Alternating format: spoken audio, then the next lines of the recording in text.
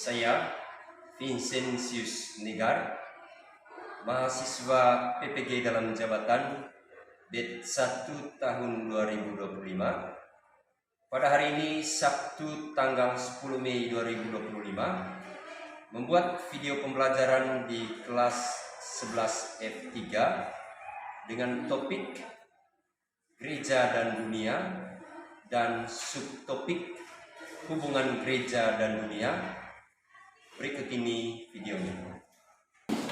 Selamat pagi, Pak. Selamat pagi, silakan duduk.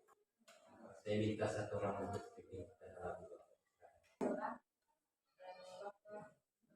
Bapak dan Saudara Kudus. Amin. Aduh.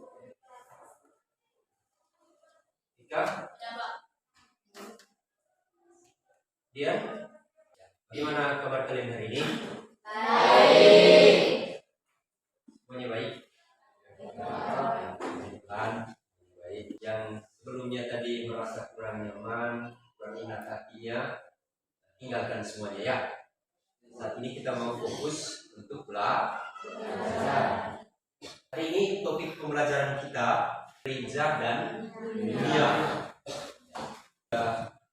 Subtopik materi nanti yang pertama itu tentang hubungan gereja dan dunia, yang kedua nanti tentang ajaran sosial gereja, dan yang ketiga nanti tentang hak asasi manusia dalam terang kitab suci dan ajaran gereja. Hari ini secara khusus kita akan melihat subtopik materi tentang hubungan gereja dan dunia. Sebelum kita mempelajari materi ini, ada beberapa pertanyaan yang terkait dengan topik pembelajaran kita sebelumnya. Apa saja yang menjadi tugas-tugas gereja? Ya, Pak.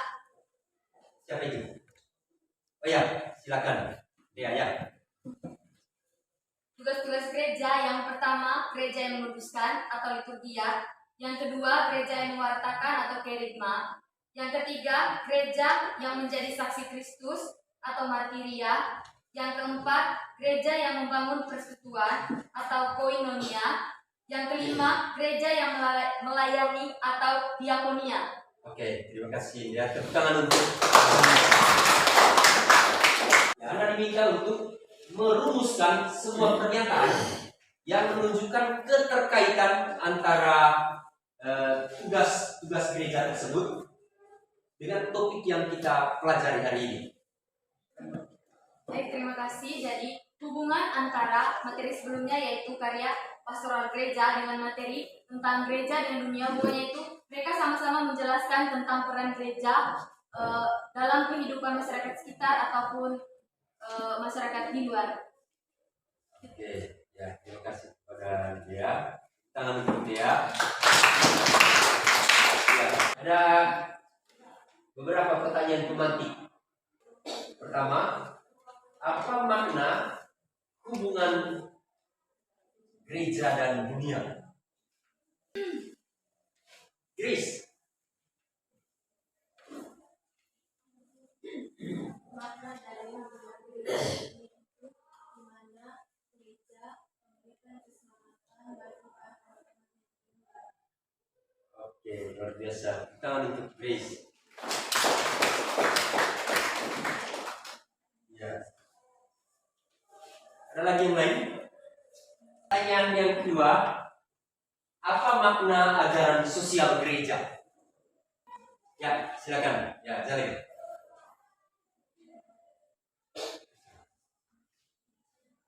Maknanya adalah ajaran sosial gereja merupakan bentuk keprihatinan gereja terhadap dunia dan iman manusia dalam wujud dokumen yang perlu disosialisasikan. Oke, tangan untuk Jalil. Ya. Saya tadi angkat tangan. Ya. Makna ajaran sosial gereja adalah ajaran mengenai hak dan kewajiban berbagai anggota masyarakat dalam hubungannya dengan kebaikan bersama, baik dalam hubungan nasional maupun internasional. Oke, kita tepuk tangan. pertanyaan yang ketiga, apa makna hak asasi manusia dalam terang ajaran kitab suci dan ajaran gereja? Ini Kak, silakan. Hak asasi manusia merupakan pola pikir dan pedoman yang tidak dapat diganggu-gugat dan harus ditempatkan di atas segala aturan hukum. Oke, ya, tepuk tangan untuk kita. Oke, itu beberapa pertanyaan yang menjadi pemanasan bagi kalian untuk merasa tertarik dengan kegiatan pembelajaran kita selanjutnya. Oke, tujuan pembelajaran kita adalah peserta didik mampu memahami hubungan gereja dan dunia, ajaran sosial gereja, hak asasi manusia dalam terang kitab suci dan ajaran gereja, dan pada akhirnya peserta didik dapat mengambil bagian dalam mewujudkannya di tengah masyarakat. Bukan hanya mengetahui, tetapi juga harus mewujudkannya dalam masyarakat. Tujuan pembelajaran khususnya, yang pertama, melalui kegiatan identifikasi masalah, artikel tentang masalah sosial ekonomi terdampak COVID-19, peserta didik mampu memahami dengan baik tantangan tentang arti dunia. Lalu yang kedua, melalui kegiatan diskusi. Lalu yang keempat, melalui diskusi kelompok terhadap artikel berjudul poin-poin penting dalam ensiklik Paus Fransiskus tentang Fratelli Tutti, peserta didik mampu menemukan saran yang konkret terkait usaha-usaha membangun dunia. Itu nanti tujuan pembelajarannya. Dari tujuan pembelajaran ini tampak bahwa nanti kegiatannya dalam bentuk diskusi ya. Iya, Kak. Kalian berdiskusi, nanti akan diberikan LKPD berdasarkan nanti ada video dan 2 artikel yang tadi sudah disebutkan. Nanti diminta supaya kalian bisa berdiskusi di dalam kelompok dengan baik. Nanti semua siswa aktif untuk berdiskusi di dalam kelompok ya. Gimana, bisa ya? Nah, sebelumnya saya ingin mengingatkan kesepakatan kelas kita dalam kegiatan diskusi dan keseluruhan pembelajaran kita hari ini. Ada beberapa kesepakatan yang perlu kita ingat kembali. Pertama itu, siswa memperhatikan dan mengikuti arahan guru. Lalu yang kedua, siswa aktif dalam kegiatan diskusi kelompok. Yang ketiga, siswa aktif bekerja sama dalam kelompok. Bagaimana, sepakat ini? Sepakat. Ya, kita mau supaya karakter-karakter ini nanti kita tumbuh kembangkan dalam keseluruhan kegiatan pembelajaran. Oke. Kamu kenal ini? Siapa ini? Paus Fransiskus. Kalau kamu perhatikan foto ini, kira-kira ketika dia berada di negara mana? Indonesia. Di Indonesia. Pada saat Paus Fransiskus melakukan kunjungan ke Indonesia. Foto ini kira-kira foto siapa? Paus Fransiskus. Ini kira-kira foto saat dia bagaimana? Apa kamu sudah tahu bahwa dia sudah meninggal? Sudah. Sudah. Dan sudah terpilih paus yang baru. Namanya siapa? Paus Leo. Paus Leo. Paus Leo. Leo ke berapa? 14. Paus Leo ke-14. Sebelum kalian masuk dalam kelompok diskusi, saya ajak kalian untuk menyaksikan video berikut.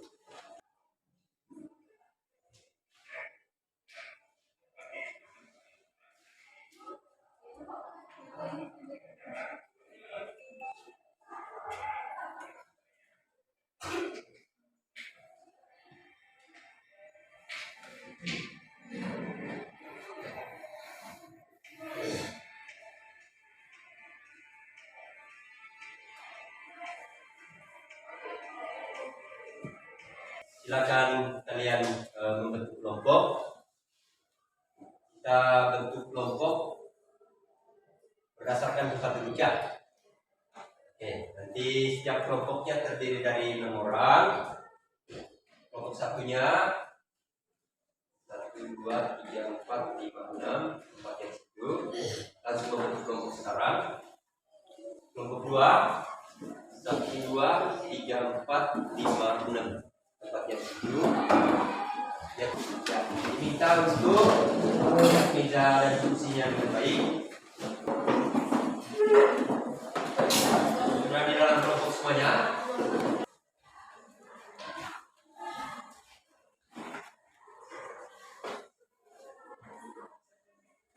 Baca KPD-nya dengan baik. Semuanya harus aktif dalam berdiskusi.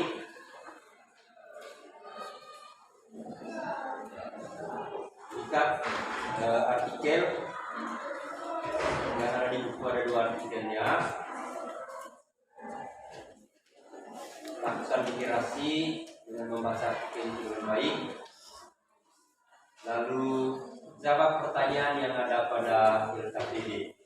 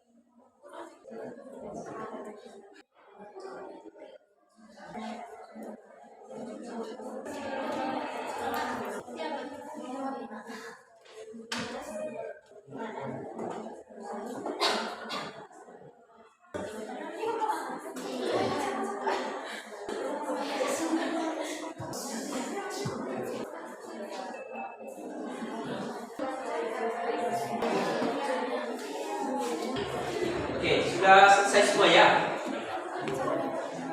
Ya, kalau sudah selesai semua, tinggalkan kerjanya. Siapkan memang 2 orang dari setiap kelompok untuk melaporkan hasil diskusinya di depan kelas. Sudah ditentukan? Sudah? Oke, saya ajak kalian untuk kalian semua untuk berdiri. Semuanya berdiri. Semuanya berdiri. Ada yang punya games? Tepuk salut. Salut, salut. Salut, salut. Salut. Sudah selesai presentasi dari satu kelompok, kita berikan tepuk salut. Sudah? Ya, sekarang kita beri kesempatan kepada perwakilan dari kelompok 1 untuk maju ke depan membacakan hasil diskusinya.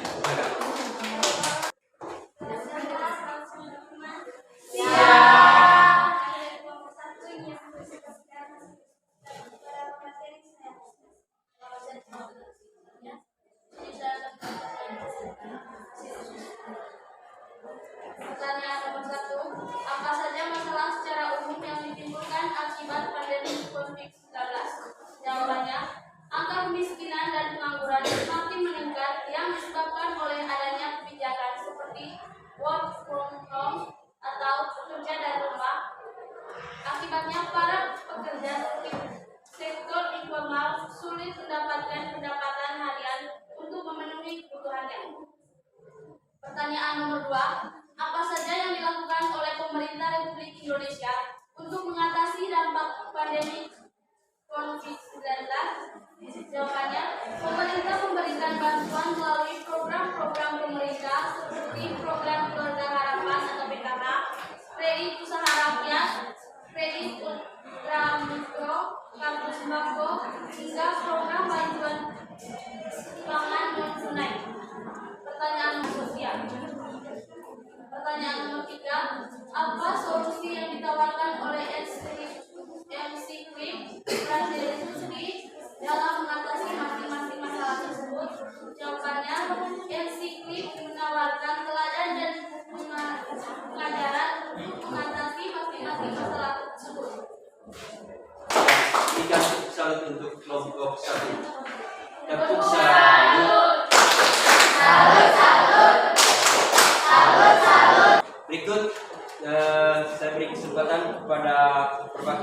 kelompok 2. Silakan. Terima kasih atas waktu dan kesempatan yang telah diberikan kepada kami. Di sini kami dari kelompok 2 akan mempresentasikan hasil diskusi kelompok kami kepada materi saya bersiap. Pertanyaan yang pertama, apa saja masalah secara umum yang ditimbulkan akibat pandemi COVID-19? Jawaban, nomor 1, terdapat beberapa masalah yang ditimbulkan akibat COVID-19, yaitu yang pertama, banyaknya korban jiwa hingga mencapai ribuan akibat terserang penyakit COVID-19. Yang kedua, meningkatnya harga bahan pangan. Yang ketiga, kurangnya interaksi sosial antar sesama atau warga sekitar. Pertanyaan yang kedua, apa saja yang dilakukan oleh pemerintah Republik Indonesia untuk mengatasi dampak pandemi COVID-19? Yang pertama, melakukan vaksinasi secara gratis terhadap semua warga masyarakat. Yang kedua, pemerintah menghimbau untuk mengurangi kegiatan interaksi sosial. Yang ketiga, memberikan pengobatan gratis serta sumbangan terhadap warga yang terdampak COVID-19. Pertanyaan yang ketiga, berdasarkan artikel di atas, apa masalah sosial ekonomi yang ditimbulkan oleh pandemi COVID-19? Yang pertama, meningkatnya harga bahan pangan. Yang kedua, berkurangnya pendapatan ekonomi bagi warga yang kurang mampu. Pertanyaan yang keempat, apa yang dilakukan oleh pemerintah Republik Indonesia untuk menghadapi masalah menghadapi masalah sosial ekonomi terdampak COVID-19? Yang pertama, pemerintah memberikan vaksinasi terhadap warga yang belum terkena COVID-19. Yang kedua, pemerintah menyediakan isolasi mandiri terhadap warga yang terkena COVID-19. Pertanyaan yang kelima, apa yang dilakukan oleh Gereja Katolik menghadapi masalah sosial ekonomi akibat COVID-19? Jawaban, gereja mewartakan kabar gembira dan harapan terutama bagi kaum miskin dan siapa saja yang menderita. Yang kedua, dan gereja menunjukkan perhatian dan keprihatinan terhadap dunia. LKPD yang kedua, pertanyaan nomor 1, apa poin dari ensiklik Fratelli Tutti yang berkaitan dengan masalah pandemi COVID-19? Jawaban, poin dari ensiklik Fratelli Tutti yang berkaitan dengan masalah pandemi COVID-19 adalah meleduk secara tak terduga.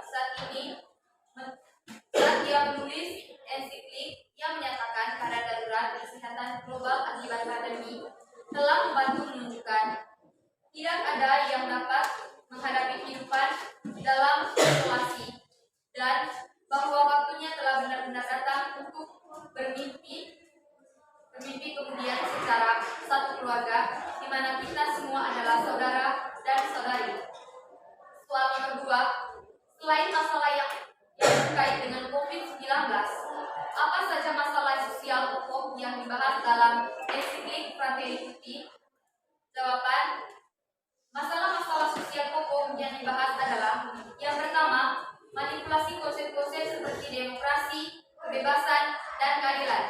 Yang kedua, hilangnya makna komunitas sosial dan sejarah.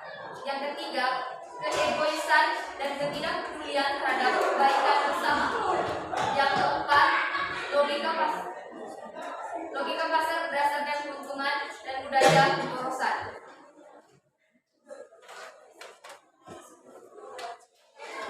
Yang kelima, pengangguran, rasisme, dan kemiskinan. Yang keenam, disparitas hak dan penyimpangannya seperti perbudakan, perdagangan manusia, pelecehan terhadap perempuan yang dipaksa, menggugurkan kandungan, dan perdagangan organ. Pertanyaan yang ketiga, berdasarkan artikel di atas, apa masalah sosial ekonomi yang ditimbulkan oleh pandemi COVID-19? Jawabannya, solusinya yaitu dalam masyarakat tidak sehat yang namanya mengabaikan penderitaan dan buta huruf.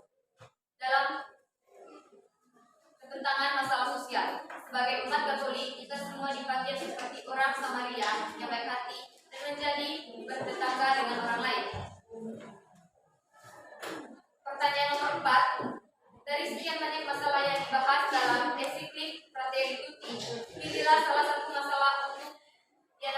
dengan langkah-langkah.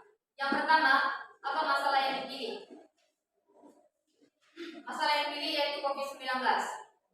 Yang kedua, buatlah rumusan masalah terkait dengan masalah tersebut. Rumusan masalah yang pertama, dari mana munculnya COVID-19? Yang kedua, bagaimana upaya masyarakat untuk mengatasi COVID-19? Pertanyaan yang ketiga, rumuskan jawaban sementara Anda dari rumusan masalah berupa solusi yang Anda yakin paling tepat. Jawaban, upaya yaitu mengurangi interaksi sosial dan mewujudkannya. Yang pertama, yang berikut 5M, mewujudkan 5M. Yang pertama, pakai masker, 2 mencuci tangan, 3 menjaga jarak. Yang keempat, menghindari kerumunan. Yang kelima, melakukan vaksinasi. Teman-teman, itu saudara dari kelompok kami. Sekian, terima kasih. Pada kelompok 2, kita berikan tepuk salut untuk kelompok 2. Salut.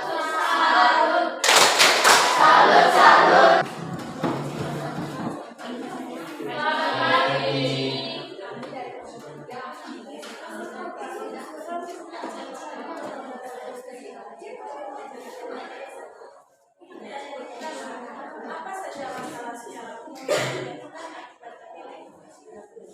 martabatnya dan kebaikan bersama sebagai bentuk dari sebuah persamaan. Oke, pada kelompok 3, ya kita coba berikut perwakilan dari kelompok 4. Selamat pagi Pak, selamat pagi teman-teman. Terima kasih atas waktu dan kesempatan yang telah diberikan kepada kami. Kami dari kelompok 4 yang sudah selesai. Pada pemilihan pertama, saya persilakan. Nomor 1, apa saja masalah secara umum yang ditimbulkan akibat pandemi COVID-19? Akibatnya yaitu begitu banyak korban jiwa yang terinfeksi oleh virus corona dan meningkatnya kemiskinan dan pengangguran. 2.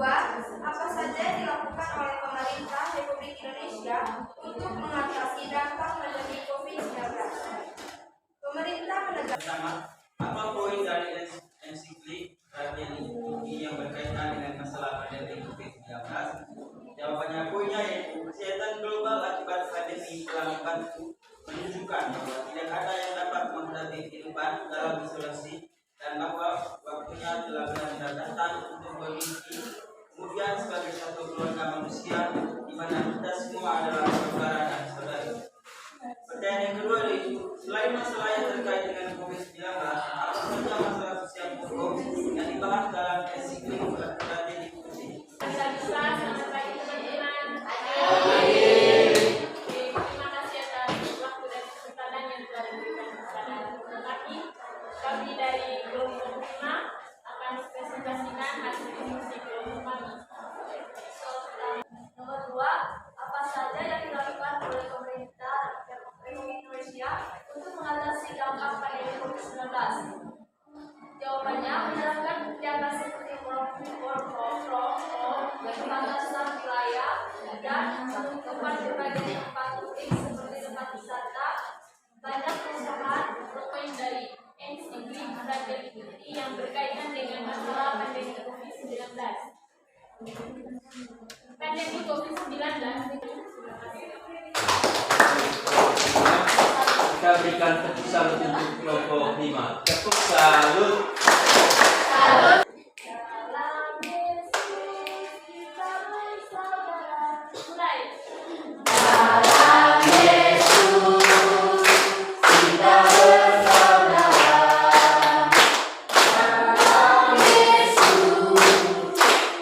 Saya minta 3 orang untuk memberikan kesimpulan terkait dengan materi yang sudah disajikan melalui diskusi kelompok. Silakan.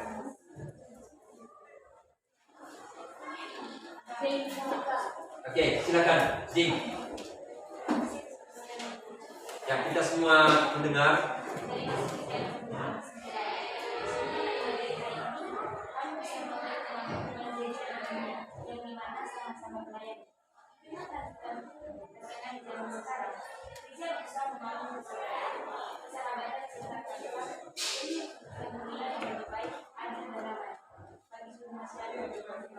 Oke, terima kasih. Tepuk tangan untuk Grace.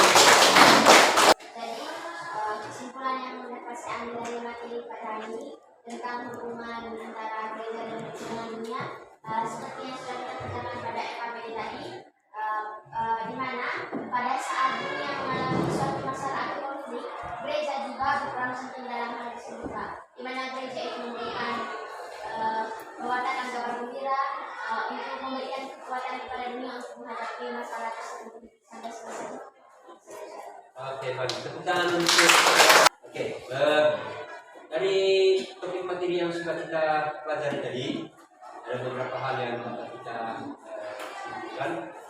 Pertama itu terkait dengan COVID-19 tadi. Pandemi COVID-19 itu termasuk salah satu masalah yang dihadapi oleh umat manusia. Ya, ini adalah contoh masalah yang nyata dalam kehidupan umat manusia di dunia. Paus juga menyerukan beberapa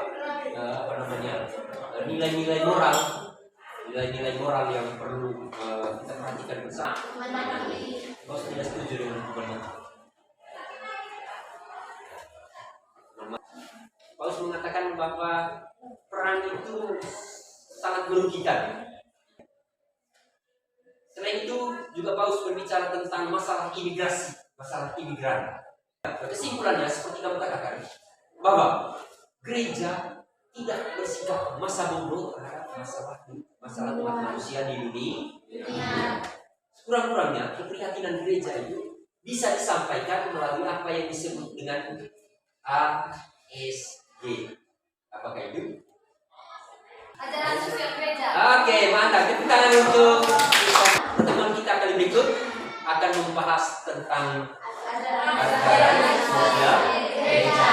Dan sekarang pelajari materinya. Kali berikut nanti poin-poin dari ensiklik Fratelli Tutti itu kalian buat ringkasannya. Oke. Kita 3 orang untuk mengemukakan refleksinya terkait dengan pembelajaran hari ini.